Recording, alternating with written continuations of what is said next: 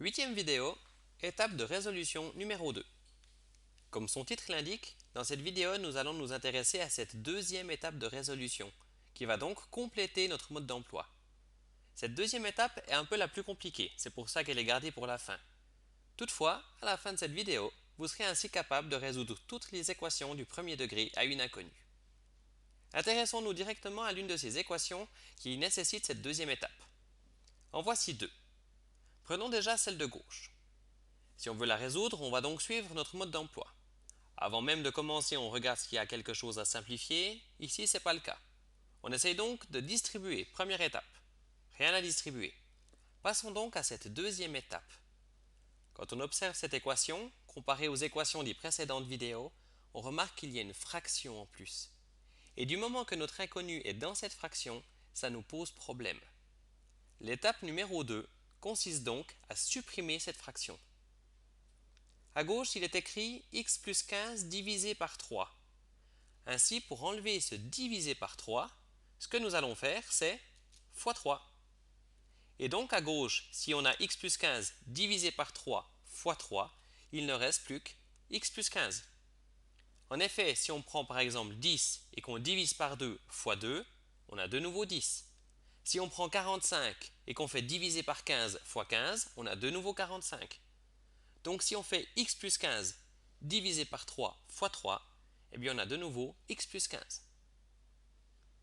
À droite de l'équation, 6 fois 3, on obtient 18. Et maintenant, on est retombé sur une équation qu'on maîtrise parfaitement. Donc étape numéro 3, on met tous les x du même côté, c'est déjà fait. Étape numéro 4, on met toutes les constantes de l'autre côté. Il faut donc enlever ce plus 15 en faisant moins 15, ce qui nous donne x égale à 3.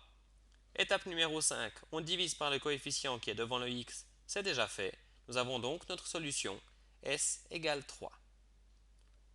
Ainsi, cette étape numéro 2, qui sera très importante dès qu'il y aura des fractions, consiste à supprimer ces fractions en multipliant par le dénominateur. Dans l'équation de gauche, l'exemple est relativement simple. Passons maintenant à l'équation de droite. On reprend notre mode d'emploi. On essaie tout d'abord de simplifier. Ici, il n'y a rien à simplifier. Étape numéro 1, on enlève toutes les parenthèses en distribuant. Rien à distribuer. On passe donc à l'étape numéro 2, supprimer les fractions. Ici, nous avons deux fractions. Et par chance, chaque fois, ces fractions ont un dénominateur de 2. Pour supprimer ces fractions, nous allons donc faire fois 2. Ainsi, 3x moins 4 divisé par 2 fois 2, il reste 3x moins 4. Le 1, si nous faisons fois 2, ça donne donc plus 2. À droite, x plus 3 divisé par 2 fois 2, il ne reste plus que x plus 3. Et moins 3x fois 2, ça donne moins 6x.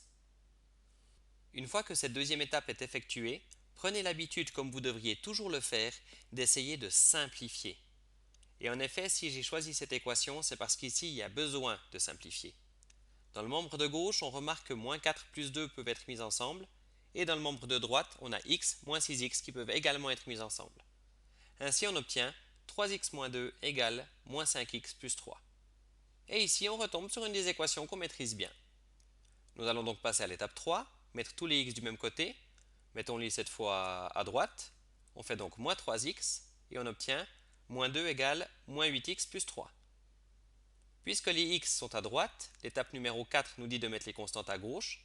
Plus 3, nous devons donc l'enlever en faisant moins 3 et on obtient moins 5 égale moins 8x. Dernière étape, diviser par le coefficient devant le x, on va donc diviser par moins 8 et on obtient 5 sur 8 égale x. Nous avons donc notre solution. Dans ces deux équations, il n'y a qu'un seul dénominateur. À gauche, c'est le 3 et à droite, c'est le 2. Mais il existe des équations dans lesquelles on peut avoir plusieurs dénominateurs différents, comme c'est par exemple le cas ici. Et c'est peut-être là que l'étape numéro 2 devient la plus complexe à mettre en place. Essayons de résoudre cette équation. On commence toujours par essayer de simplifier. Ici, il n'y a rien à simplifier. On passe donc à l'étape 1, distribuer pour supprimer les parenthèses. Pas besoin. Donc, étape 2, supprimer ces fractions. Pour supprimer la fraction à gauche, je vais donc devoir faire fois 2. Mais pour supprimer la fraction de droite, je vais devoir faire fois 3. Et donc, pour passer de la première ligne à la suivante, nous devrons faire x2 et x3 d'un coup. Qu'est-ce que ça donne? Eh bien, reprenons depuis le début. Tout à gauche, nous avons 2x. 2x fois 2 fois 3, juste là, rien de particulier, ça nous donne 12x. Maintenant, nous avons x plus 1 sur 2. X plus 1 sur 2 fois 2, il ne reste plus que x plus 1. Nous devons encore faire fois 3, donc x plus 1 fois 3, ça nous fait 3x plus 3. Passons au membre de droite. X plus 3 divisé par 3. Pour supprimer ce divisé par 3, nous allons faire fois 3. Donc il nous restera x plus 3. Mais nous devons maintenant encore faire fois 2. X plus 3 fois 2 nous donne donc 2x plus 6. Tout à droite, moins 3x, là c'est facile, fois 2 fois 3, ça nous donne moins 18x. Le passage de cette première ligne à la deuxième ligne est vraiment le point clé de cette vidéo. On va encore voir deux exemples supplémentaires, mais n'hésitez quand même pas à mettre pause pour bien comprendre ce qu'on a fait pour passer d'une ligne à l'autre. Maintenant qu'on est là, comme vous devez en prendre l'habitude, eh bien on va toujours essayer de simplifier.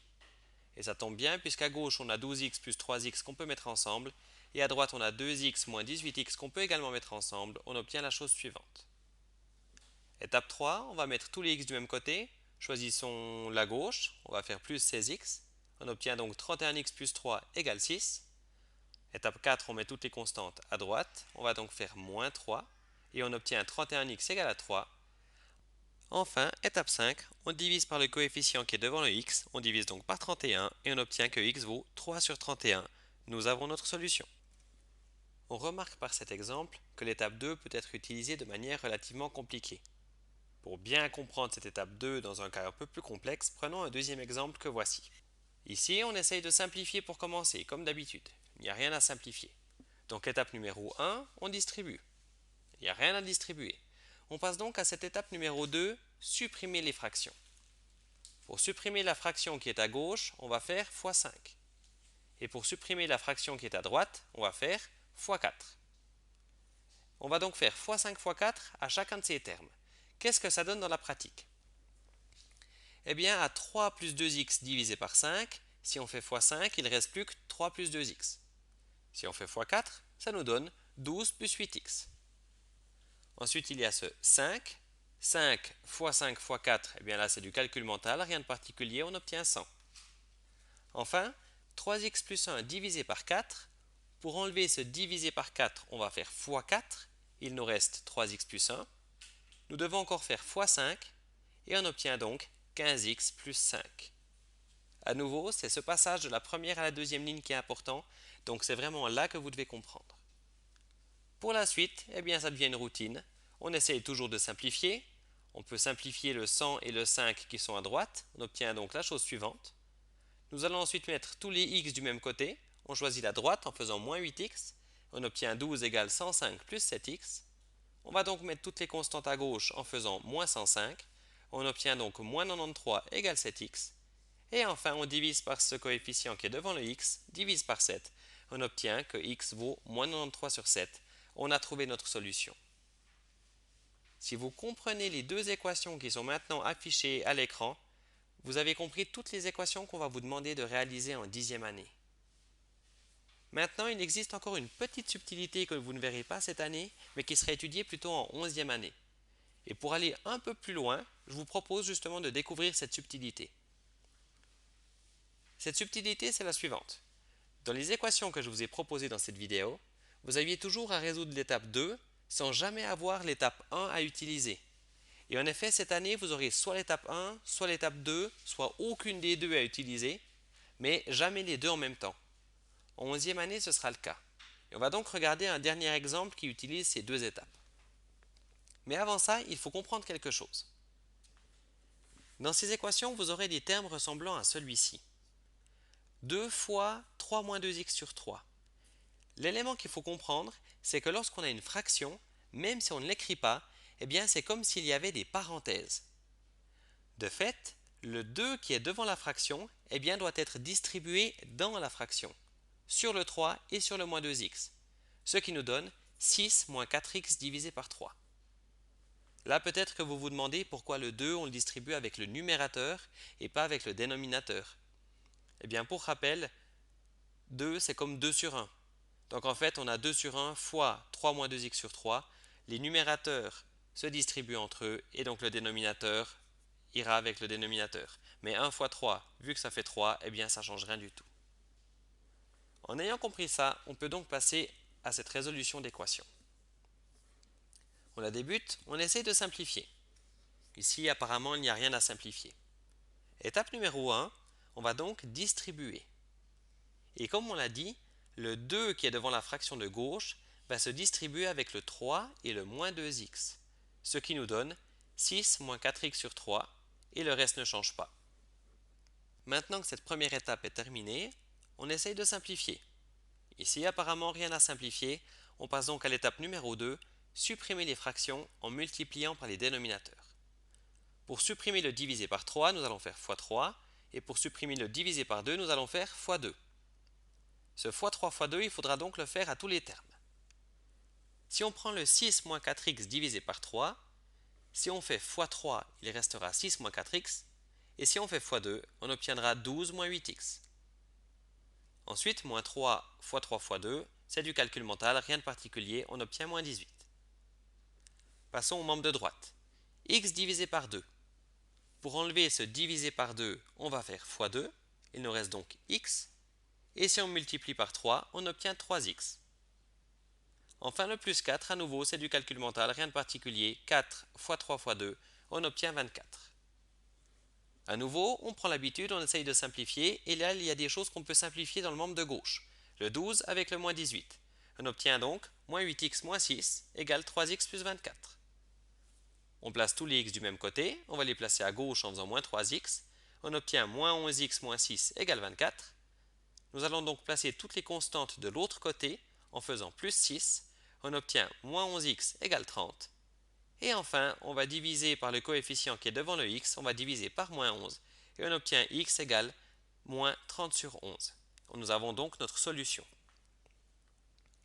Dans cette équation, nous avons utilisé toutes les étapes de notre mode d'emploi, de la première à la cinquième. Ce genre d'équation ne vous sera donc pas présenté ou demandé lors du travail écrit de cette année en dixième.